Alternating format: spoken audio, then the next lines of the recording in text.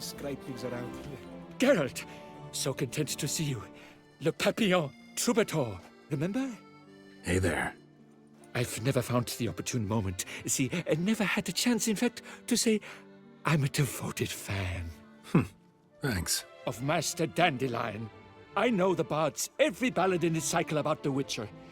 Oh, I cannot believe my luck. Need something? From me? Indeed, a matter most magnificent. My coiffeur, Jean-Louis Lotovic, has gone missing. Now, you shall rescue him, while I compose an epic ballad about it. Listen, fair folk, to a glorious tale of a missing friseur and a widowhood prevail. What happened exactly? Claim the hairdresser's missing, but are you sure? Yes, yes. I've no doubt something's transpired. Something terrible, absurd. Jean-Louis is never late to work. He's punctual to a fault. I'm certain he'd be honored if I am the one to sing of his dramatic rescue. Who's gonna pay me to find this barber? I will. Such opportunities come knocking rarely. But you must take me with you, for I must transcribe all that occurs as it happens. Fine, but unusual as contracts go, it'll cost you more. Naturally. To be expected. Yes, by all means. As you wish. Fine, see what I can learn. Now, if you have to come with me, just one request. Stay out of the way. Mine and my swords. Of course. You shan't even notice me. Jean-Louis' studio is just there. Right here. Ah! What's the matter? I've hit upon the perfect ending. And all for the glory of her grace, the Duchess. Thought this was about a witcher and a coiffeur. What's the Duchess got to do with it? Her grace can be as fickle as the colt she rides. Today, all remember my fine couplets at the tourney. Yet tomorrow, her illustriousness bought by her breakfast might demand a new epic poem. One must grab at opportunity before it flits away. Well then, where shall we start? At the door, by breaking it down.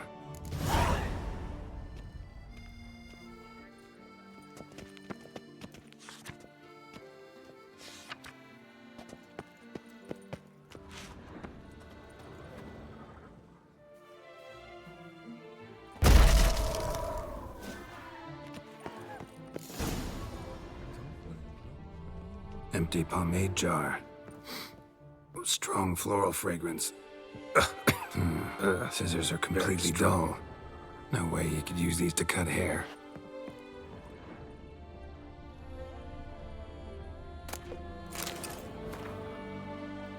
Any finds? This jar's empty too. Knives, flaked with flesh.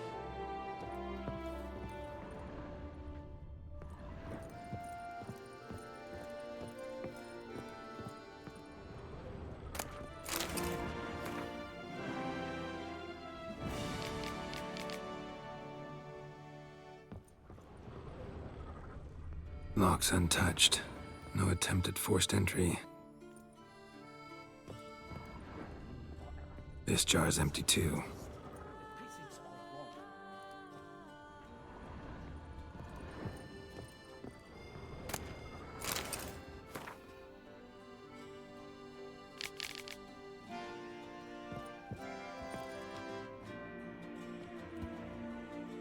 The coiffeur's log. A manicure, curling, Cintrian pendulum, Rivian ponytail, raftsman's due. Long out of style in Novigrad. His appointments. Last one was a certain Lady La Pompadour. Know her? Yes, a dear old bird. Jean-Louis done her hair for a decade. Completely harmless. Sketch here. Looks like a map. This mean anything to you? I may understand where it points, but if so, there's naught there. Just fields and meadows.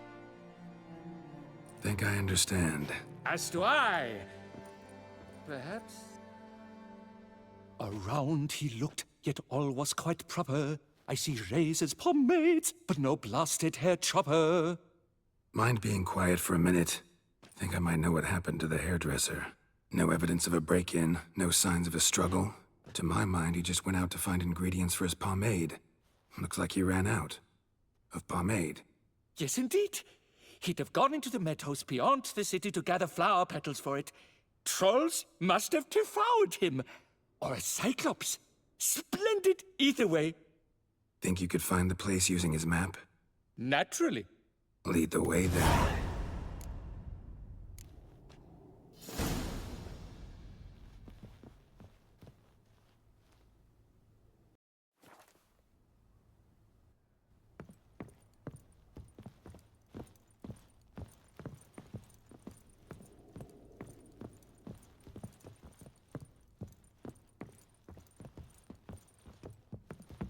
Shaylee gat shone in its azure glow, sand marking times like a daisical flow. They ventured beyond walls by vines entwined, into the unknown the poor barber to find. Gonna do that the whole way? Bidding them farewell, the gravestones must covered, they strode briskly on by doubts unencumbered.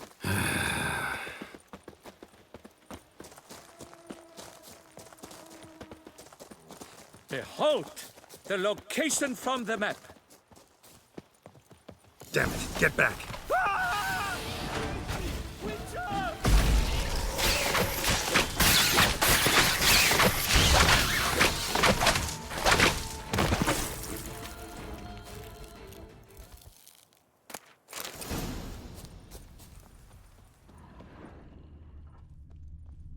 What beast was that? An archospore. Might there be more nearby? Who knows? And your sharpened senses, what do they say? That you'd rather turn and run. Oh, a primo jest. Let us continue onward. I know you'll stand in my defense. You will you not? On to the second point on the map. The witch's blade flashed, juices spouted and poured, covering all about in an archospore's gore. No piece of the stylist fell from its bowels. The frisser had been nabbed by aught else most foul. There! Jean-Louis' basket! I'd recognize it anywhere. He was here. We can be certain now. A basket of flower petals. Same smell as the pomade. Grass is trampled. Multiple sets of footprints. A little blood. Seems you were right. He ran into trouble. Phew! What luck! I just hope it's not cyclopes. Hard-pressed to find a rhyme for that.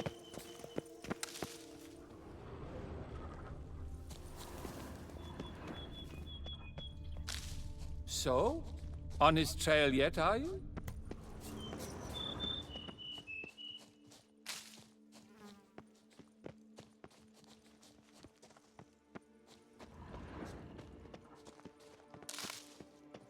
Ground's made of rock. Trail's gone cold. Wandered deeper into the cave.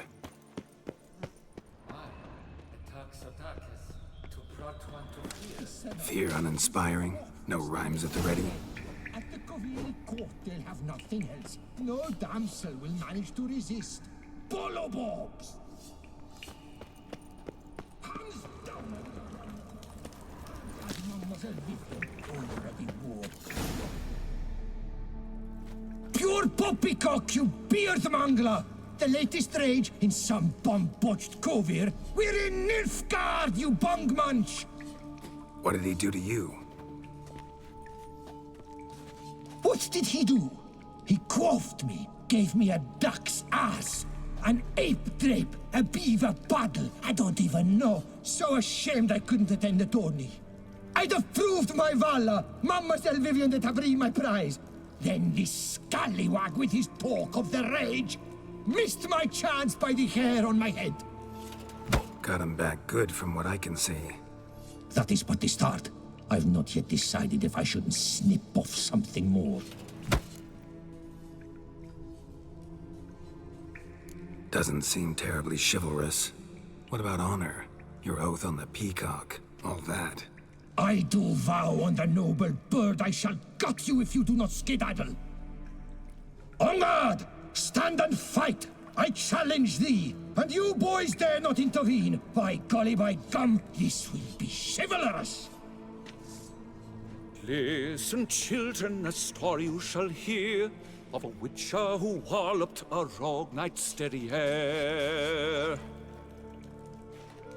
I'll spoon out your entrails, then do the same to the tuck-handed hairdresser. Come on, come closer.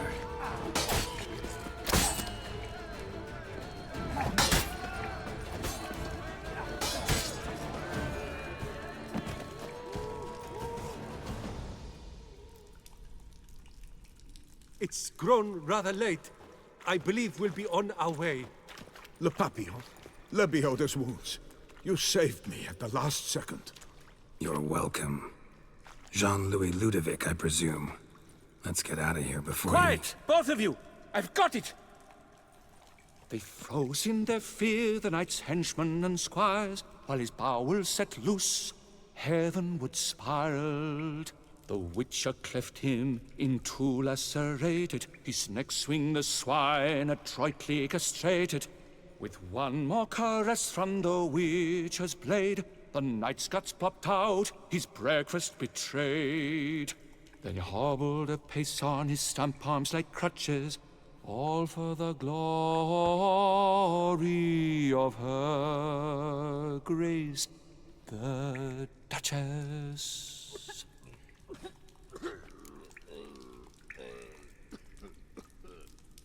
Bravo. Almost believed you were there. Doesn't it seem so? At last, Master Dandelion has a worthy competitor. What about my pay? I've decided you should receive a reasonable share of the royalties. Payable, let us say, semi-annually? Meaning you're broke just now. I owe you 1,000 thanks, Master Witcher. I'll gladly pay your reward. Not to mention trimming you when you see the need and come by. Thanks. Take care now.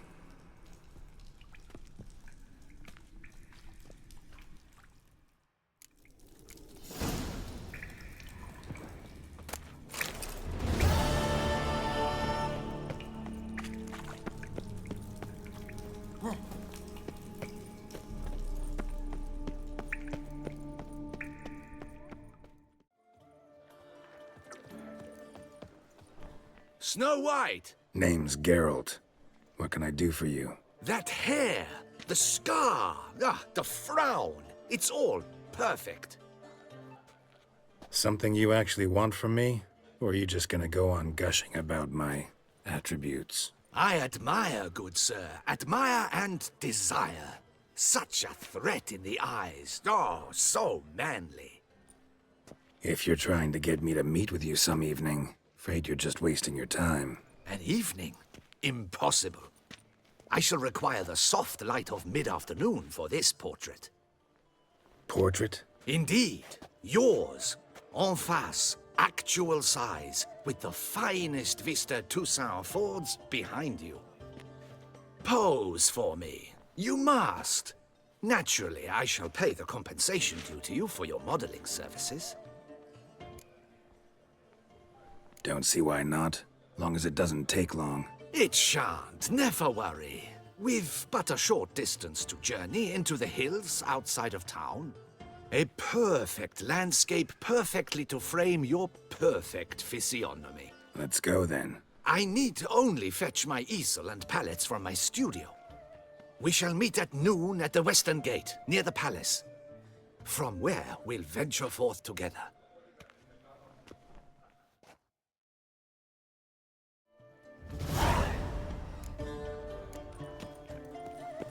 Pick and choose what I've the inclination. Once I close this Song to song, where folk are gay and merry. Into song, into song. I'm here. Let us go! We should arrive in time to have the best light of the day. The chiaroscuro we shall capture. Just glorious. Let's go. The things I do for art. We had best ride there. We'll arrive faster and less fatigued. A work of mine, Turtle Dove o'er the Heath, hangs in the ducal palace. So does a cockatrice I cut down once. It's stuffed, maybe even with heather. I once had a cockatrice feather brush. Best thing for laying down tempera. I no longer have it, sadly. My blasted cat swiped it. Why would a cat want a brush? To paint with, of course. And it was no common brush. Fantastic, as I said, and fantastically expensive. Hang on. Got a cat that paints? Yeah, if you care to call it that. He merely copies the works of his betters, and poorly at that. Your cat? Yes, Pierre-Auguste Moustachois. It's no surprise you've not heard of him. He's a second-rate hack and a thief.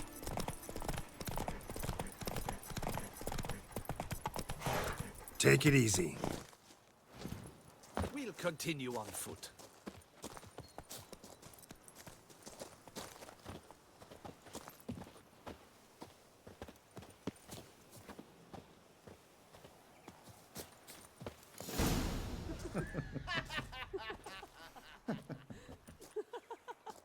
Ladies, gentlemen, my lieges, forgive me for being forward, but have you perchance seen a set of paints and brushes nearby?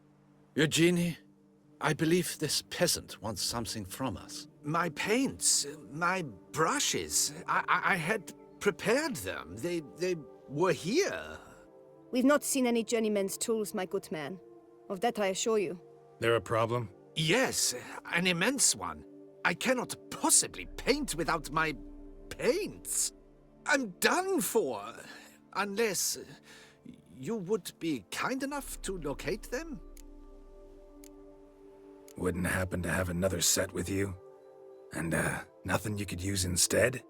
My word. Would you really have me scrawl with charcoal like an animal? Damn it. Sure you left them here? Yes, right there. I'd prepared everything. Set it out. Ordered and organized. Might have toppled downhill or something. Fine, I'll take a look around. I think it is life that imitates art, and not vice versa. Right you are, Fingal. Take Baron de Cordell for one. Oh yes, that nose. Spilled paint. Reeks to high heavens of turpentine. And now he's courting his cousin. Footprints. Clear, but curiously small.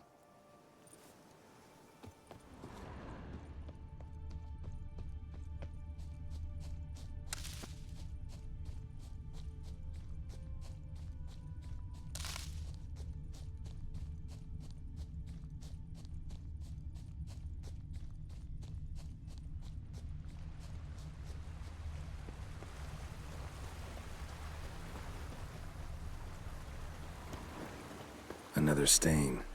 Could very well be a lead.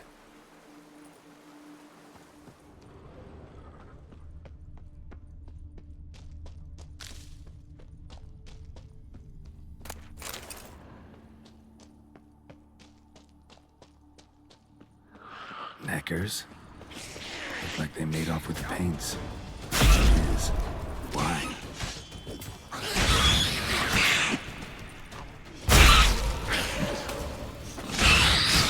Ugly bastard.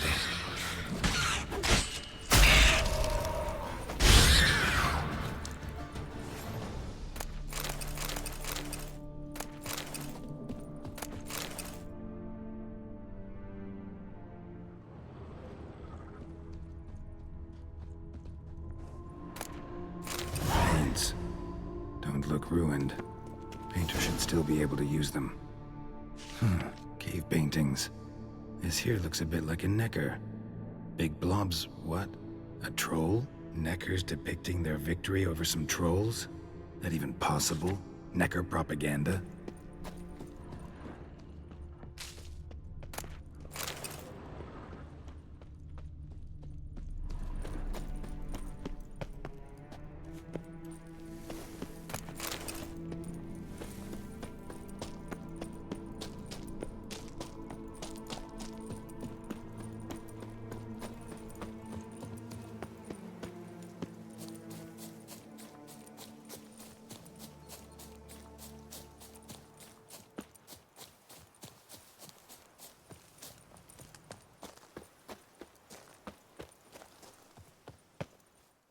Found your things. Splendid. Where were they? And... is this all you found? I left so much more. Should have kept it all with you, not left it lying around. Followed some paint tracks to a necker lair. Seems the beast's made off with your supplies. Used it to paint a fresco on one of the cave walls. Looked something like a battle scene to me. Impossible. They splashed paint on the wall in a rage. Unimportant. In any case, it's a good thing you found the basic colors. Shall we? While waiting, I spied a superior spot.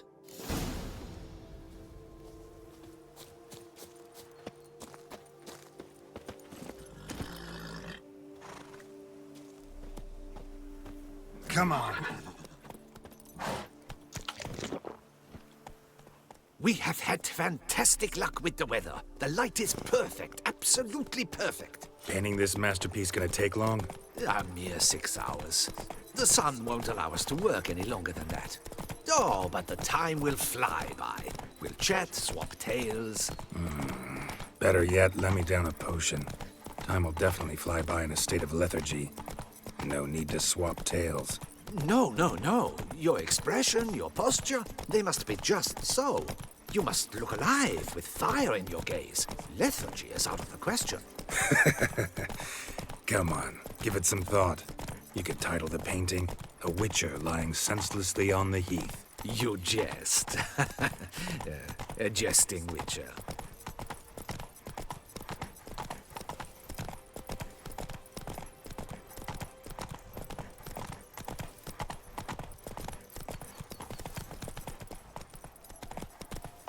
Run, Roach.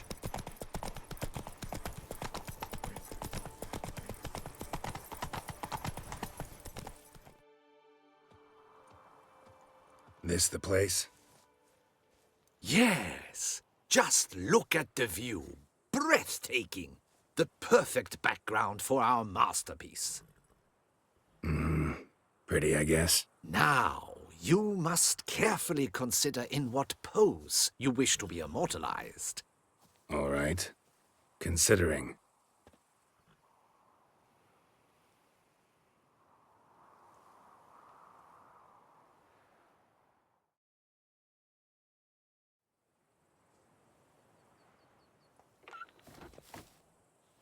All is ready. We may begin. Have you decided on the pose you'd like to adopt?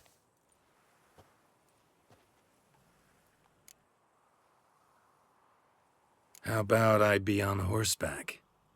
I mean, Roach kind of deserves to be immortalized too. Oh, yes. A horse. Exceptional idea. But I would rather you perch atop Alexander, my mount. I've trained him to pose.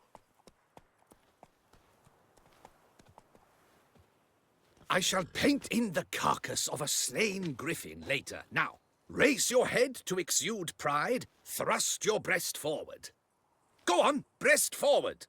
I want to see those hocks extended. Ahem. Is the horse paying attention? May I begin? Or would you rather try a different pose? Go ahead. Now, if you wouldn't mind, that look you gave me when I first asked you to pose, would you be so kind as to adopt it again? That intense scowl of an angry wild ram about to butt heads. Yes, excellent. Now, hold that. Do not budge.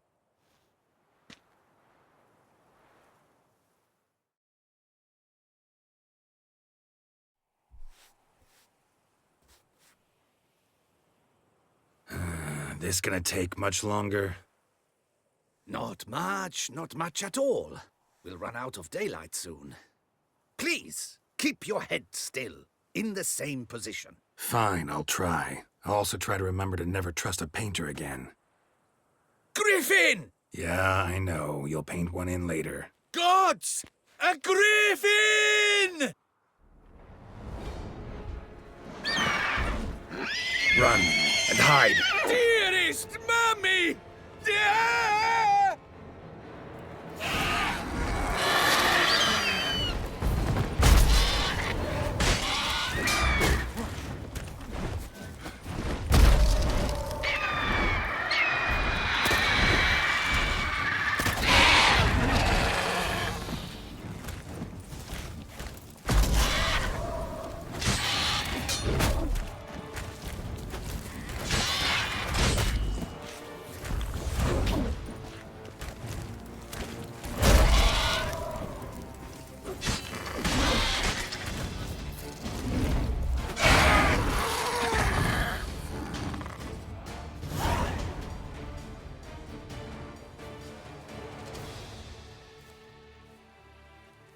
Is it safe? Yeah, come on out. And no wonder no one ever came here. It was a griffin's hunting ground. Oh, that thing scared me to death. Not quite to death. You are alive. Not least because you chose a witcher to sit for you. How's the painting? It survived too? It did. But I cannot show it to you now. I never display unfinished work. You can see it tomorrow, after midday, where we met. I shall display it in the market square. Oof, monstrous beast. Shall we immortalize it in the painting?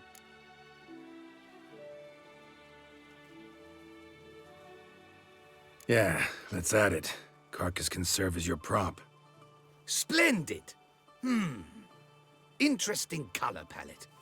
And the textures and the proportions. It will do. Yes, it will do. But I shall paint it in later, in my atelier. There's an excellent illustration in the Encyclopedia Maxima Mundi. I fear this specimen is, well, too far cut and chopped. Ah, very well. That will do for now. I shall polish the details later. No point struggling on in this fading light. Ah, I almost forgot. Payment for your troubles. And I thank you for saving my life. Though, in doing so, you did also save your likeness. For posterity.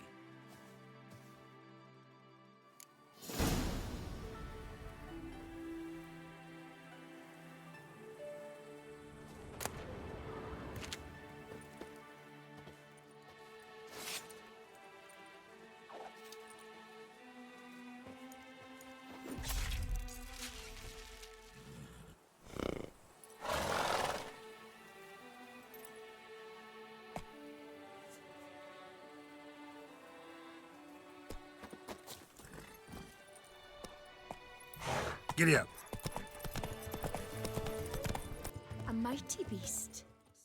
The Witcher summoned him. Was that truly necessary? And our knights with the chopped liver?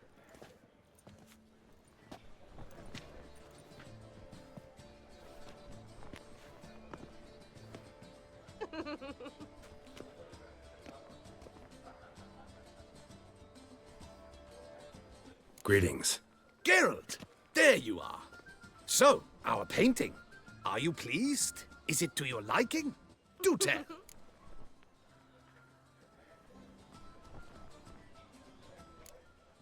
Not exactly what I imagined. I believe I posed with all my clothes on. Clearly remember that, in fact. Some other details are off, too. Invalid as a criticism. I depicted you in a more flattering state. The painting has drawn crowds, aroused a great deal of interest. Can see that. Anyway, some advice for the future. Warn your subjects about your intentions. Your next model might not be so forgiving. You don't like it. I'm hurt. Perhaps you'd care to buy the painting. Given our rapport, I shall take a loss. For you, I'll part with it, I will, at a special price.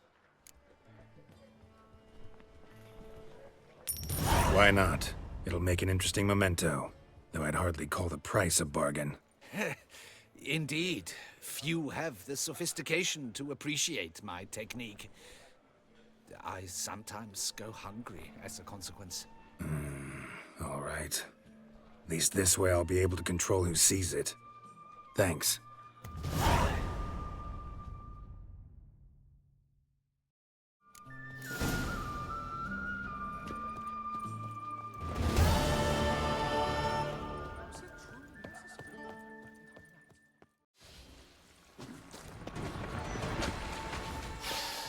Regis. Couldn't have picked some other place to meet.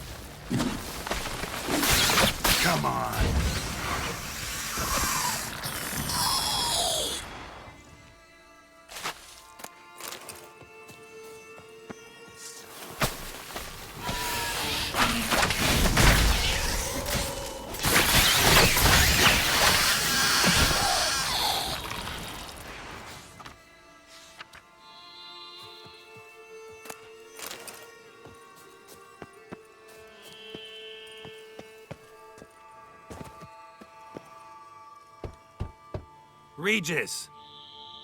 Damn it. Locked. No way I got the place wrong. This is it. Gotta be. Gotta be another way in around here.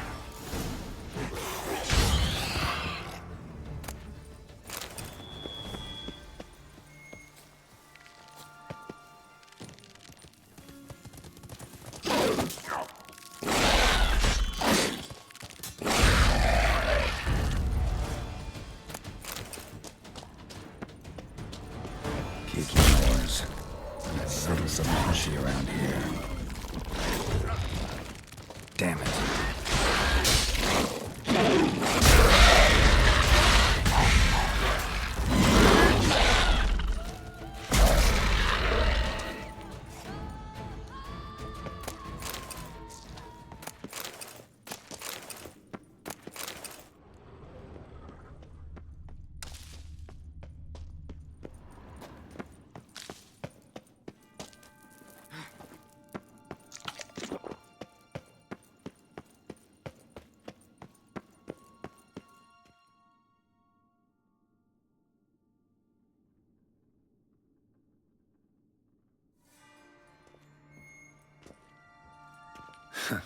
Agreed to meet a vampire at a cemetery. How much more cliché can you get?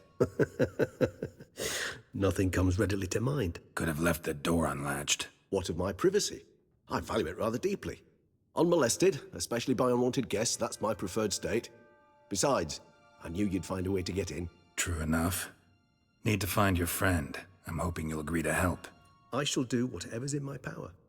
Yet what you want or even need must matter little. What matters is what Detlef wants. If he does not wish to be found, you will not find him. Ever. End of story. Come on. Gotta be some way.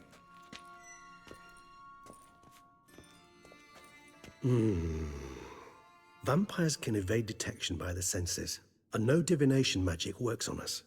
Even the most precise megascope would be useless. And this? Could this help? Wherever did you get that?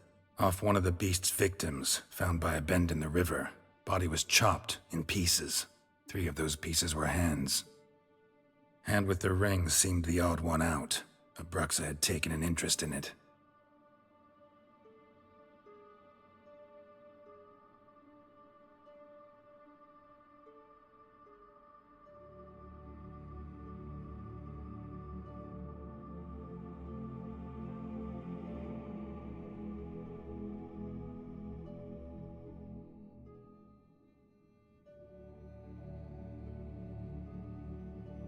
It's Detlef's hand, without a doubt. It will do splendidly. The hand. What do you plan to do with it? You've heard of Kovinaris' theory of tissue memory retention. Rings a distant bell. Read about it in Alchemia Oblitera. There's a copy at Kaer Morhen, tattered, nearly disintegrated. But if memory serves, Kovinaris never managed to prove it worked. He did prove it, just never managed to publish his findings. He and I corresponded, you see, after we became friends. Thus, I know he completed his research and performed the first tests. It's complicated, so without delving into details, it is possible to use any piece of tissue to reconstruct what a whole body experienced. How's it work? We need any special equipment? We must brew a decoction which Kovinaris gave a rather poetic name, resonance. Once imbibed, it sends one into a trance similar to that induced by narcotics. This triggers visions of events linked to strong emotions experienced by the tissue's owner. Picture it as dreaming a fragment of someone's life. Any chance we might see what Detlef was doing just before he lost his hand? Indeed. Though I also hope resonance will reveal the location of Detlef's hideout. Ring's pretty intriguing. Made of no metal I've ever seen. And the ornamentation. It comes from our home, where we lived before the conjunction of spheres. It's actually mine. I received it from a dear old friend. You might call him a humanist. He saw us vampires as guests here, guests who owe their hosts, meaning you humans and the elder races, respect. Respect? Meaning not to treat us like cattle to be slaughtered for food? Precisely. and the reason why I, in turn, gave it to Detlef. To remind him of the ideals my old friend championed. Can't you just summon Detlef? You're both hired vampires, there's gotta be a way. If I'm to be entirely candid, there is indeed one. But believe me, we will be better off never availing ourselves of it. It is a last resort. Absolutely. Last resort? The hell? Why? There is a being who can summon Detlef. Possesses the authority, even the power, to force him to appear in a given place. But the very act of contacting this being, well, it's akin to walking a slack line extended over a chasm filled with molten lava. An exercise as perilous to me as it would be to you. A risk I'm unwilling to take. I beg you, let's do it my way. It will be both quicker and easier. Covenarius spent half his life proving his theory. Wild guess. Making a dose of resonance won't be easy. You guessed correctly. In addition to Detlef's tissue, we shall need a powerful occipital lobe stimulant.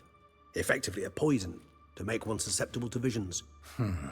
Well, got a few ingredients to choose from. Unfortunately, all are pretty rare. There's mamoon glands, but closest ones I know of are in Vizima. A spotted white saliva would also serve, but they were culled to extinction over a century ago. Could go with a kobold's eyes, but the creatures are sentient. Rather not gouge one's eyes out. Given that we lack the time to sleuth this out ourselves, permit me to summon some help.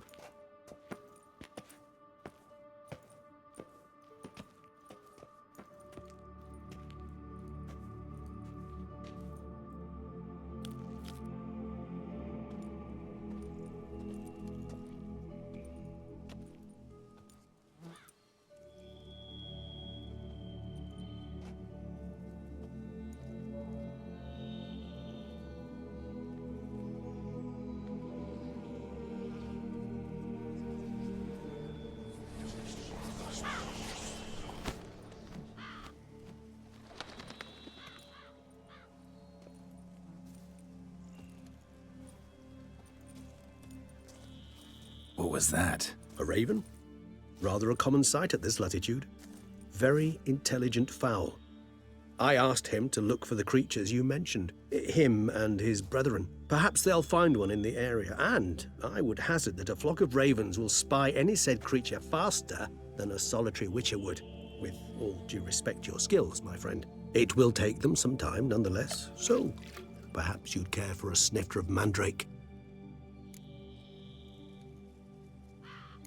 Rarely say no to a snifter. Sadly, this is but a weak infusion rather than a proper distillate. Even better. I remember your mandrake hooch. Made people say things they'd have rather kept to themselves. Now, what could Ґеральт of Rivia prefer to keep to himself?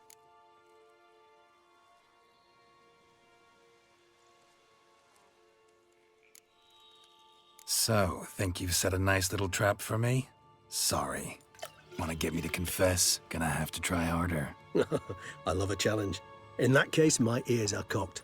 What must I do? How about you get the ball rolling? Reveal one of your secrets.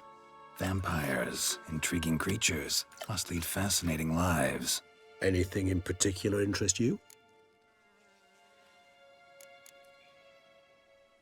Curious what you did after you were reborn.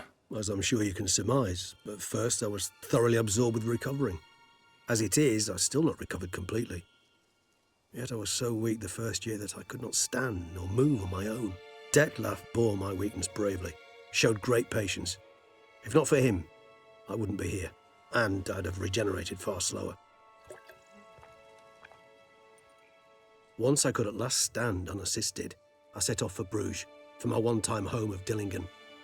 There I led the peaceful life of a rural healer and surgeon, enjoying my neighbours' respect and, in fact, constituting the exact opposite of the monstrous vampire the populace imagines. Bruges, you say? Rebirth make you sentimental? Perhaps a dash. But what of you? Where have you been? Ever find your Cyrilla? Back then, yeah. But we parted again soon after. And when the time was ripe, she came back, defeated the wild hunt together. Seems I certainly missed quite a bit while I was absent. True enough. but it's a conversation we'll have another time. Need to know more about you now. Gotta ask you the big question, one everyone wonders about. What happens after death? You wish me to tell you if the human belief in the gods is well-founded? Well, that I do not know. We vampires differ exceedingly from you humans. Our matter, that of which we are composed, can exist without form. We require neither a heart, nor a brain, nor air to breathe. But were you dead? As humans understand death, yes. Feel anything? Understand anything? It's rather hard to explain. I felt something very unsettling. Something I cannot even name, for I did no reasoning. Only after rebirth did I begin to understand that what I had felt was cold and unimaginable fear. If not for Detlef, I might have drowned in an eternity of icy terror. Can't have been alive then. Sheesh, experience like that must be vicious. Indeed, it's hard to compare to anything I know. Yet you are aware we don't see death as you do. The way you cling to life, we find it entirely peculiar. You are mortals, ergo it's a foregone conclusion. You will die. It's but a question of time. Thus, I often find myself wondering why you try so very hard. To die at 20 years, 40, even 100, what's the difference? They're all but the blink of an eye. Depends on your point of view. Man who's got 1,000,000 crowns to spend can't possibly understand one who's only got 20. Very true. One's outlook can indeed change much. Got a new life, a new body. That give you a new start? Blank slate? Starting all anew is a very broad concept. What exactly do you mean? Your blood addiction, say. Wondering if your body's the same, if it still remembers. Maybe if you drank now, you wouldn't get hooked. All addictions are a form of slavery. Re-addiction's not a risk I'm willing to take, just to test a hypothesis about corporeal regeneration and whether propensities carry over. Fair enough. Curiosity, that's all. Sorry. Not to worry, Ґеральт. Curiosity is a natural reaction under the circumstances, apart from which I've always valued that trait in you. Always fascinated me the way vampires can regenerate. A hand growing back is one thing, but Detlef recreating you out of a wet smear? Something else entirely. A difficult and laborious process, but one that's possible, as my presence proves. But I've heard you too had quite the adventure. They say you lost your memory. For a bit, but Triss helped me get it back. Actually, pretty damn lucky I only had amnesia. Yes, you humans are rather buggered in those terms. To strip you of life is, well, it's just plain easy. I've always pitied you in that regard. We vampires are much harder nuts to crack. If a member of another race kills one of us, we can be reborn with a living higher vampire's help. However, if one of our own strikes the deadly blow, death is permanent. There can be no rebirth. One of the chief reasons why vampires long ago swore never to fight one another. All right, give you one question. What do you want to know? One question to ask one as fascinating as you, Ґеральт. Cruel parsimony, I'd say, but I shall do my best to make it count. If you were to die and be reborn as I was, in your new life, would you choose to be a witcher?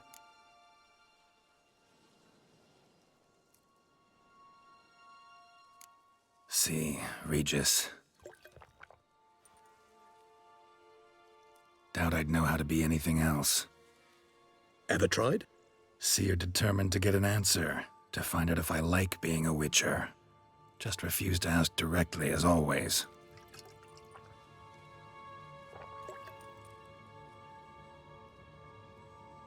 I like being on the path.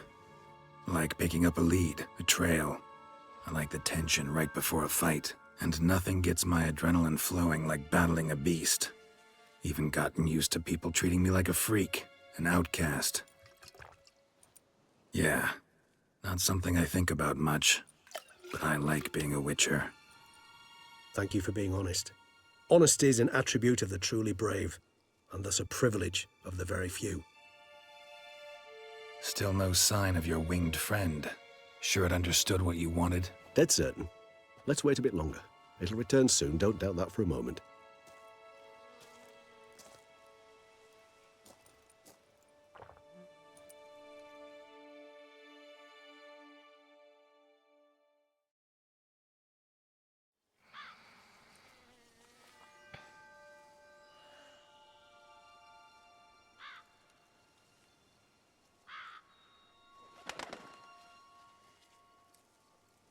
Ever vigilant, even in his sleep. Quite vampire-like, in fact. Are you absolutely certain they don't administer a few of our genes during the trial of the grasses?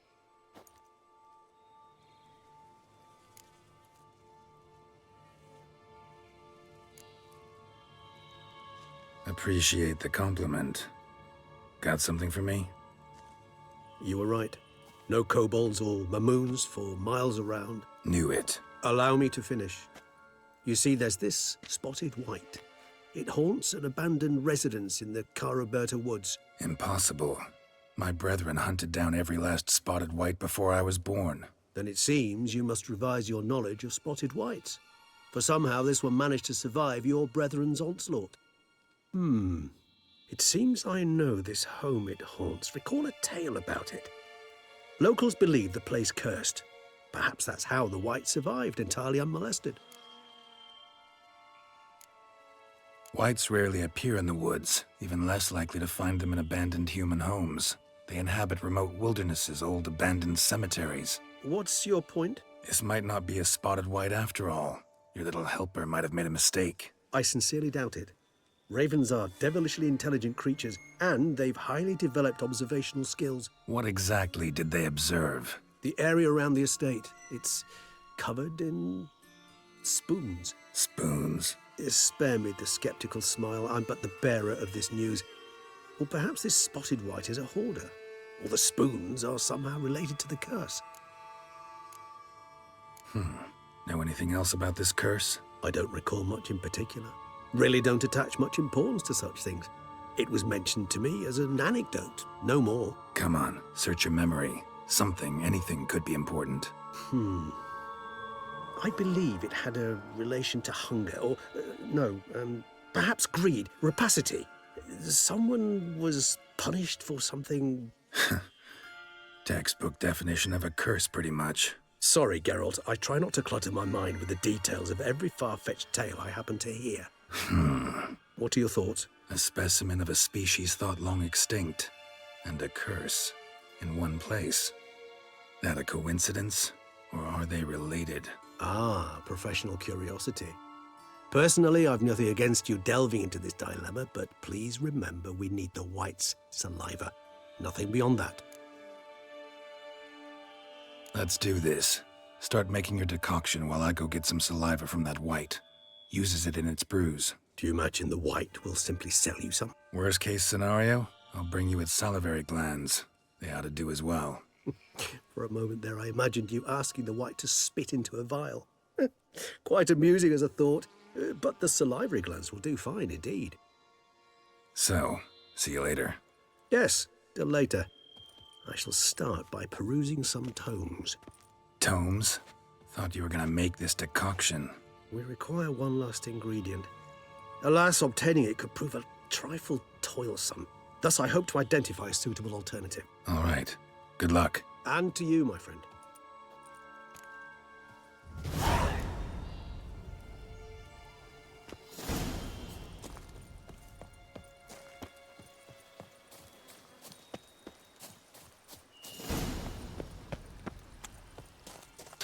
Never a good omen.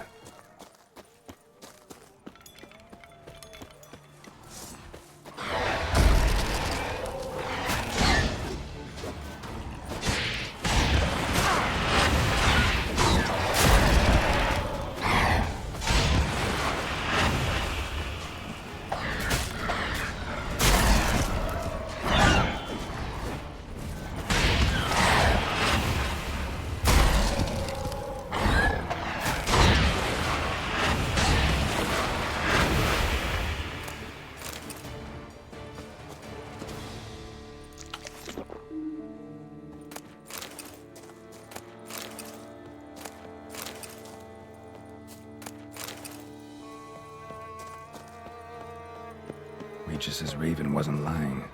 Spoons all over the place. Strange. Get a sense that the spoons are beating out some kind of rhythm. A message. Trying to tell me something.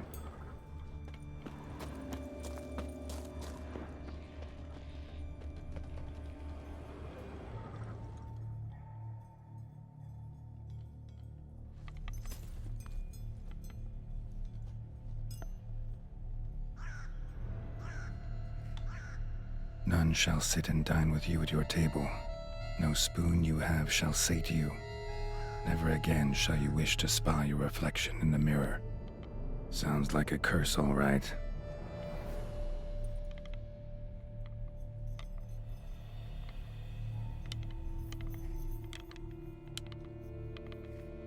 Somebody's clearly obsessed. Regis mentioned the place might be cursed. Can't be a coincidence.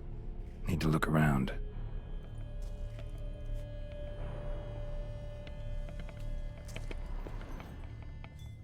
What a pigsty. Need to search it thoroughly. Find a way to collect some white saliva. Spoon's incredible. The craftsmanship. Must have graced a rich man's table.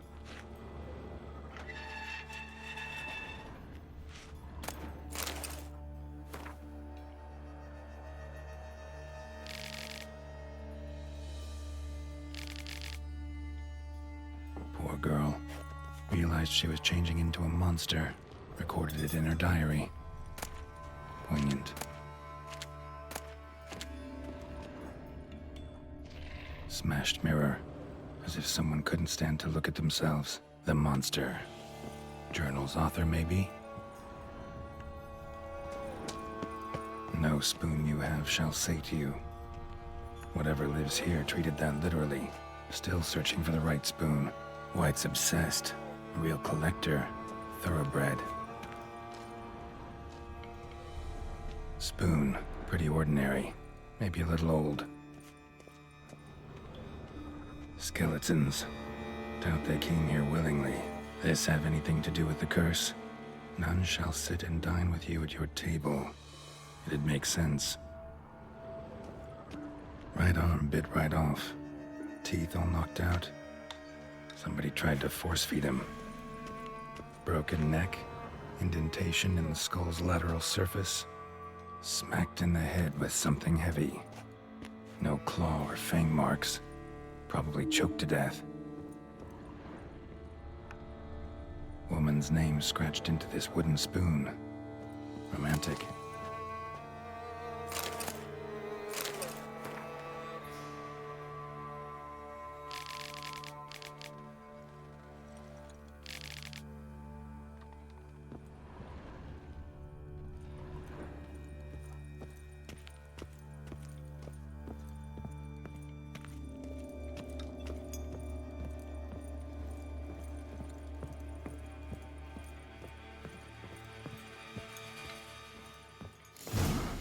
Actually does seem like a white's lair.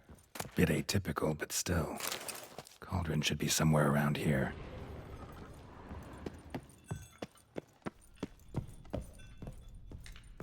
Thousands of them here. White's been a collector for years.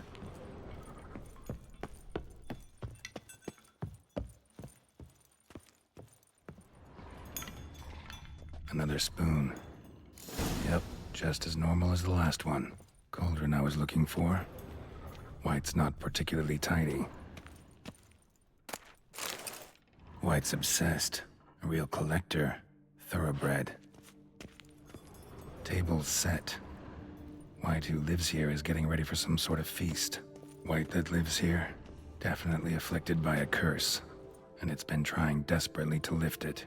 Spoon, pretty ordinary. Maybe a little old.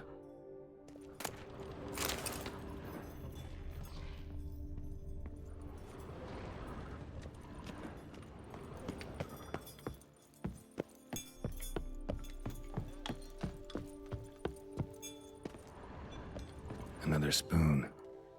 Yep, just as normal as the last one. The spoon key. Sophisticated crafting. Tag bears a description. White's a true collector.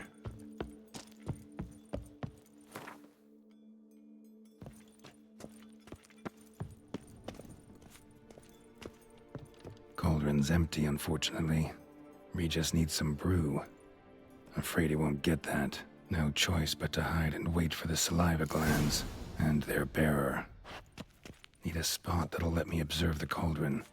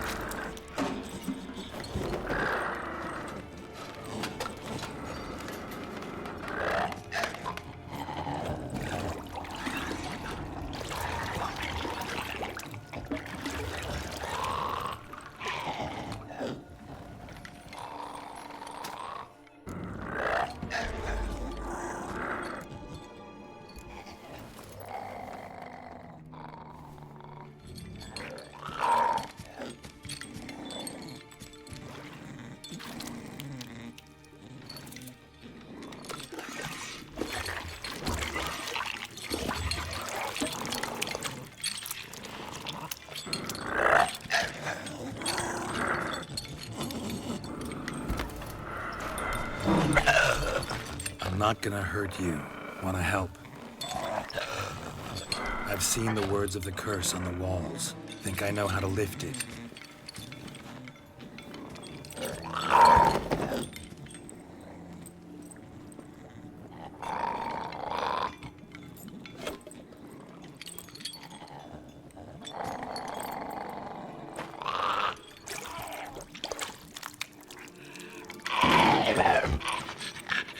You tried to bring folk here, convince them to sit at the table with you, right?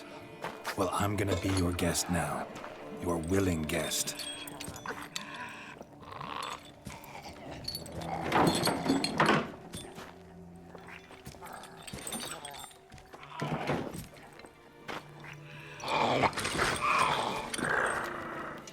Just need a bit for Regis. And now we'll tend to you. Need to get this right. Words of the curse were, none shall sit and dine with you at your table. No spoon you have shall sate you. Never again shall you wish to spy your reflection in the mirror.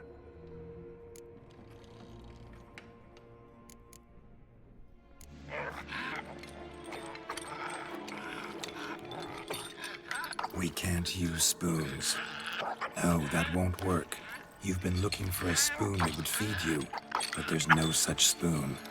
We need to eat without spoons.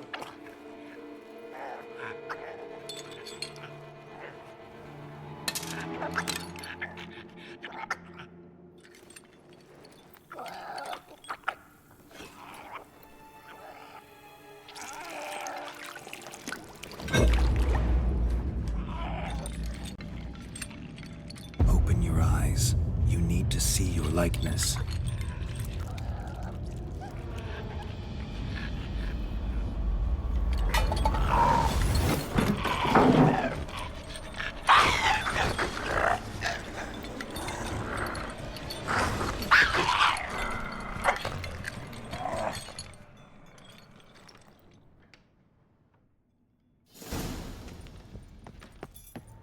Think it worked. Just not quite like I expected. Need to see what happened to the white. Won't be hard to find given its stench.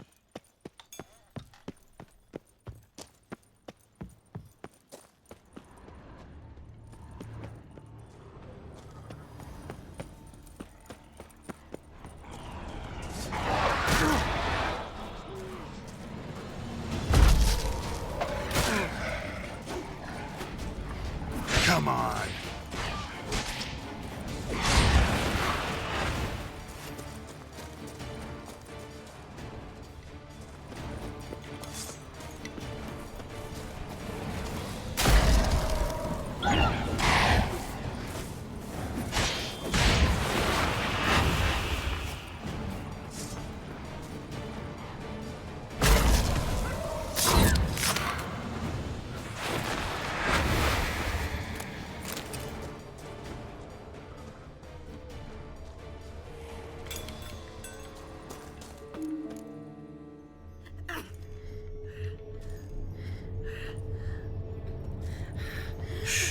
Easy. Not gonna hurt you.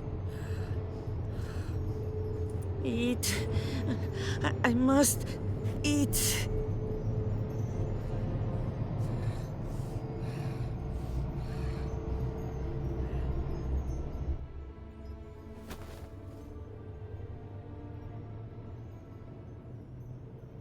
I'll take you someplace safe.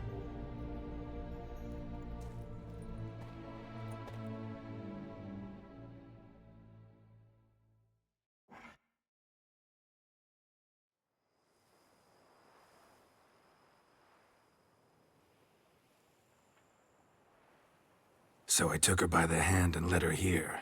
Seemed the only sensible place for her. You did the right thing, sir. She should recover quickly here. Don't worry, sir. I shall see to everything. She is safe here and in good hands. She'll soon be back on her feet. Might actually take a while. She hadn't eaten anything in over 100 years when I found her. Horrid. Whatever brought this about?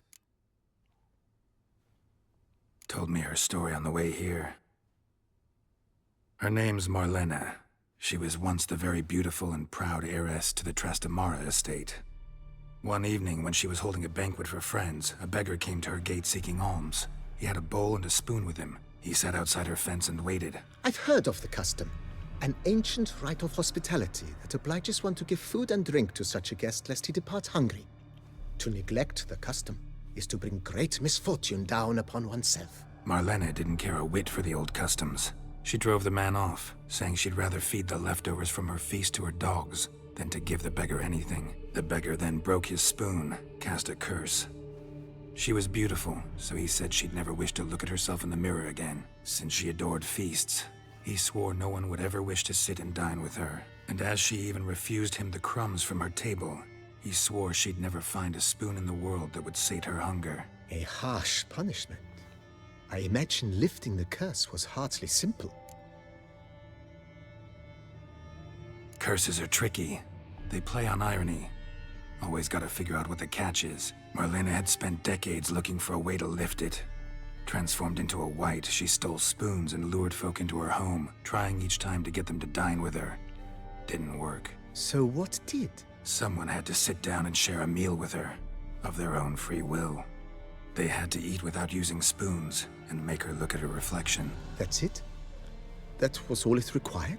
Simplest solutions are sometimes the last that come to mind. Besides, when you're a wight, it's pretty damn hard to find willing human company for a feast. I imagine so. But, most importantly, it is now over. Please, don't worry. She will be in good hands here. Thanks. Gotta get back to my business now. See you soon.